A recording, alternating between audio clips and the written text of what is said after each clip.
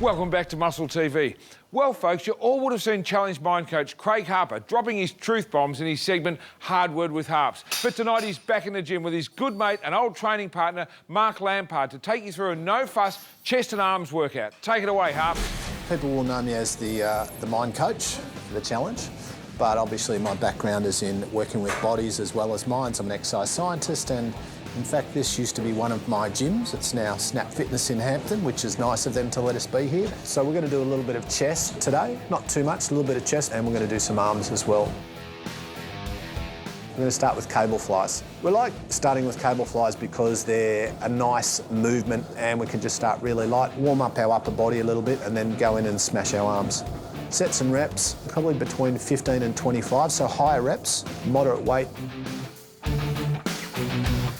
Right, so we're going to superset cable flies with push-ups, which might seem like an underwhelming exercise for some people, especially some guys that are reasonably strong, but there's hardly any recovery. So we literally go from smashing ourselves on the cables straight down into a pressing movement, which is a compound movement, lots of reps or perhaps elevated feet or both, and, you know, just a failure. So we'll keep the reps reasonably high and we'll probably do somewhere between 3 and 5 sets of each, depending on how we're feeling. That's beautiful, big boy.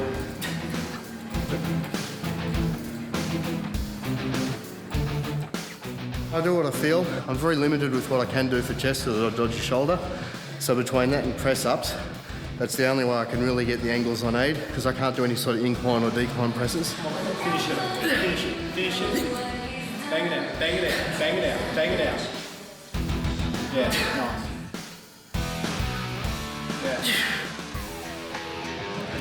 Yeah. It's been a big journey for me. You know, I've been training since I was 14, 15. I started with weights, so about 35 years ago. So it's been something of a long haul, but it's probably not more than 2 weeks in those 50 years where I've had some time off. So it's been pretty consistent and pretty solid, and been training with a big boy lately, so there's been some fun in the gym. I reckon I'll probably intimidate the big fella because, you know, once I get this flannel off, boom.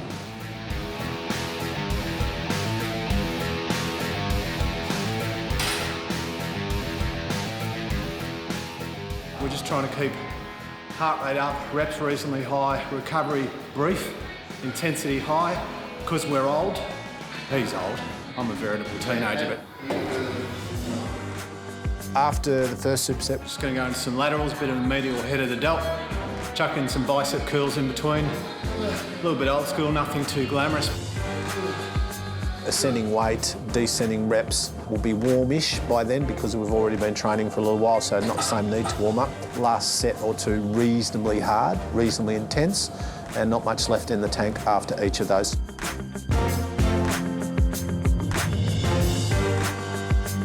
So I've been training for the last year and a half with Mark Lampard, who some people would know as a reasonably successful Australian bodybuilder, got his pro card, did very well. And me and the big boy have been hitting the gym probably 7 days a week, but he's 49, I'm 50, and so in the middle of that kind of ageing, we've had to figure out how to train more age appropriate while still getting the right level of intensity and the right kind of resistance the right way, so that we keep improving and keep adapting. So you can manipulate intensity a lot of ways, you know, range of movement, speed of reps, recovery between sets, the movements that you do, the range of movement, and so on. And so that's what we're trying to do, is stress our body optimally without the same level of risk as when we were maybe in our 20s and smashing ourselves with ridiculous weights. So I guess, broadly speaking, the overriding methodology is progressive overload, which is what everyone in every gym should be doing if their goal is to create adaptation. And we're constantly stimulating our body a different way so that, one, we don't get repetitive strain injuries, two, we minimise any kind of injury overall, and three, so that we keep seeing results. And we've been going pretty good so far for two old blokes. Then we're going to finish off with some easy bar extensions, lying tricep extensions, and some machine curls. There's actually a nice machine up here that really looks after our dodgy old elbows and shoulders, so we're going to do that. So pin-loaded by machines, kind of almost like a preacher curl in that it's very restricted.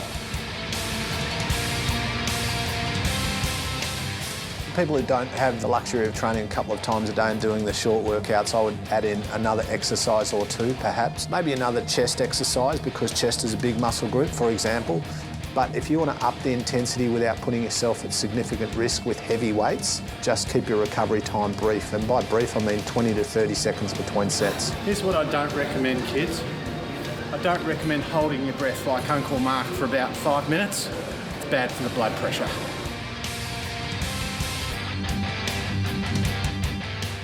Part of the beauty of training is learning what works for your body, but everybody's got a different practical reality in terms of time availability, resources, money, and so on. If we're going to look at how we might break up our body in a week, generally, you might train, your chest, back, shoulders, so your bigger upper body muscle groups, maybe once every 5 days.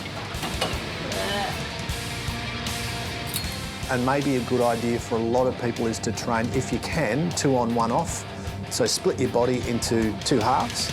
So Monday, for example, Monday train half, the first half, second half Tuesday, day off Wednesday, back on Thursday, Friday, weekend off. You want to make sure at rock bottom that you train everything once a week. That's your kind of rock bottom, but also pay attention to your body. As long as it's relative and as long as we can alternate, then find somebody who's similarly minded to you, similar goals and aspirations, and you'll find that the quality and the productivity of your training will go through the roof. So some people might think that, wow, that's pretty underwhelming, but you've got to keep in mind that what we're trying to do is create a certain result, and so more doesn't actually necessarily equal better. There it is, folks. Short, sharp, reasonably effective. 2 old buggers in the gym just giving themselves a hard time, using some stuff that's not particularly bodybuilding-esque, but getting an effective workout nonetheless. I reckon if you stay with this, you could be quite good at it. I know. Yeah, give it a go. I kind of like being. I mean, used to 3 it, weeks of solid training, 3 weeks of solid training, some chicken breasts, a good attitude, see what happens. There you go, boom. Let's do another one next week, well done. Thanks, Gosh. Thanks, Harps. Good stuff, mate. Well, it's time to head back into the kitchen with Amanda to see what she's cooking up for us this week. Hi guys, well today we're going to make one of my very favourite treats. I absolutely adore them. They're vanilla protein balls. If you get that craving for something sweet, but you don't want to break your diet, you don't want to eat bad junk food, this is the ultimate. They're great with a cup of tea or coffee in the afternoon, or just a little pick-me-up. They're so simple and easy to make, and once you make a batch, they can last for a week or 2. The ladies who I tell about these protein balls, they just absolutely adore them. They're so easy to make. In fact, they get their kids to help make them as well. And they last in the fridge for up to 2 weeks. Well, maybe not last that long because they're so yummy. But yeah, they're so easy to make, and I'm going to show you how. All you need for these protein balls is a half a cup of rice puffs, basically just a rice grain that's been puffed up, 6 scoops of vanilla Maxine's Burn, 3/4 of a cup of almond meal, 1/2 a cup of chopped cranberries. I use cranberries, but you can, if you don't like those, if they're too sweet for you, you can swap them from goji berries, you can use raisins, you can even use apricots, it's very nice as well. And we need some coconut oil and the vanilla essence. We also need coconut to roll the balls into for when they're finished. This recipe is super easy. The hardest bit you have to do is melt the coconut oil and the vanilla essence together, and that's it. And then everything is mixed together, rolled into balls, placed in the fridge, and voila, they're done. So let's put it all together. So I'll just pour the coconut oil into the protein powder. Okay, and just keep adding all the ingredients. The rice puffs in, the almond meal,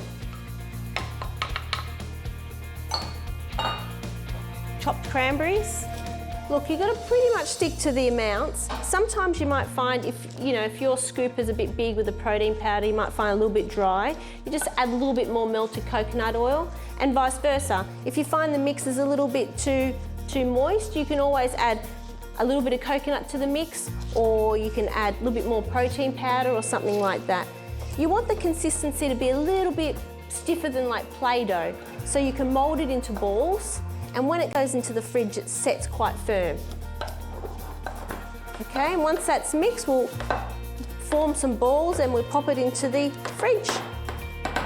Okay, so this is where you get your hands dirty.